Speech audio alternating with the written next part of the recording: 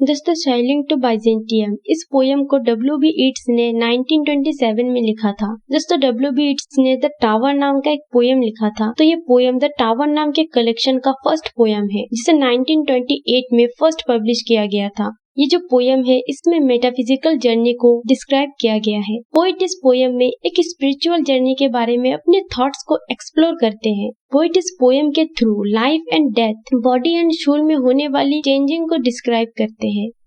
There is no country for old man. दोस्तों, poet कहता है कि ये जो दुनिया है, इसमें ओल्ड लोगों के लिए कोई जगह नहीं है। इस दुनिया के सारे हैप्पीनेस में यंग लोगों ने अपना कब्जा कर रखा है। The young in one another's arms. और ये जो यंग जनरेशन है, वे एक दूसरे के बाहों में बाहें डाले बैठे हैं। Birds in the trees, those dying generations at their song. और बर्ड्स जो पेड़ों पर बैठकर सुंदर गीत गाते हैं, वे भी इस जनरेशन की तरह पीढ़ी दर पीढ़ी मर रहे हैं। The salmon falls the mackerel crowded seas. दोस्तों, यहाँ पर पोएट दो मछली के बारे में बताते हैं कि सैल्मन मछली समुद्र के ऊपर छलांग लगाती है, जबकि मैकरल समुद्र की गहराई में छलांग लगाती है। फिश, फ्लैश और foul commend all summer long. दोस्तों, इस लाइन में पोइट बताता है कि फिश पानी में रह रहे सारी एनिमल्स के प्रतीक है, और फ्लैश जो ह्यूमन बीइंग के प्रतीक है, और फाउल मतलब फाख्ता जो सारे बर्ड्स के प्रतीक है, जो आपस में दोस्त बनकर यूनिट में घिरे हुए हैं। वैसे ही ये जो यंग जनरेशन है, उसकी लाइफ चाहे जैसे भी हो, ये अपने सेंसुअल हैप्पीनेस से घिरे हुए है। Whatever is begotten, born and dies। लेकिन फिर भी इस दुनिया में जिस किसी का भी जन्म होता है, उसकी डेथ भी कंफर्म है। Caught in that sensual music, all neglect। आगे पोइट कहता है कि ये जो यंग जनरेशन है, ये सब सेंसुअल म्यूजिक मतलब फिजिकल म्यूजिक से जकड़े हुए हैं। Monuments of unageing intellect. दोस्तों, पोइट इस लाइन में कहता है कि आजकल जो यंग जनरेशन है, वे कैसे फिजिकल म्यूजिक की ओर अट्रैक्ट है। ये लोग इन सब में इतने घिरे हुए हैं कि ये लोग बौद्धिक स्पिरिचुअल क्रिएशंस पर ध्यान नहीं देते। ये यंग जनरेशन आर्ट और कल्चर, अमर कीर्तियों को पूरी तरह से भूल चुके हैं। An aged man is but a paltry thing, a tattered coat upon a stick। एक ओल्ड पर्सन उतना ही बेकार है जितना एक हैंकर पर टंगा हुआ फटा पुराना coat. Unless should clap its hands and louder sing for every tailor in its mortal dress। दोस्तों, इस लाइनों में पोएट कहना चाहता है कि ये जो ओल्ड एज है, ये उसके फिजिकल बॉडी को वीक और वीक बनाता जाएगा, और ये वीकनेस उसके आत्मा से सारी हैप्पीनेस को डिस्ट्रॉय कर देगा। पोएट ये कहता है कि उसका कंडीशन तब तक ऐसा रहेगा जब तक कि उसकी आत्मा हैप्पी होकर जोर जोर से गाना ना गा ले और अपने हाथों से ताली ना बजा ले।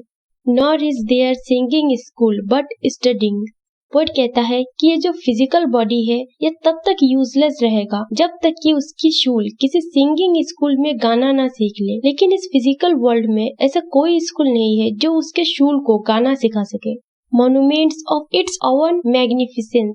दोस्तों, बाइजेंटियम जो है, वहाँ पर स्पिरिट की अमर कीर्तियां है, और जिसे होली सिटी भी कहते हैं, जो आर्ट और कल्चर का एक ग्रेट सेंटर होने के कारण बाइजेंटियम पोइट के लिए एक होली सिटी मतलब पवित्र सिटी है। And therefore I have sailed the seas and come to the holy city of Byzantium।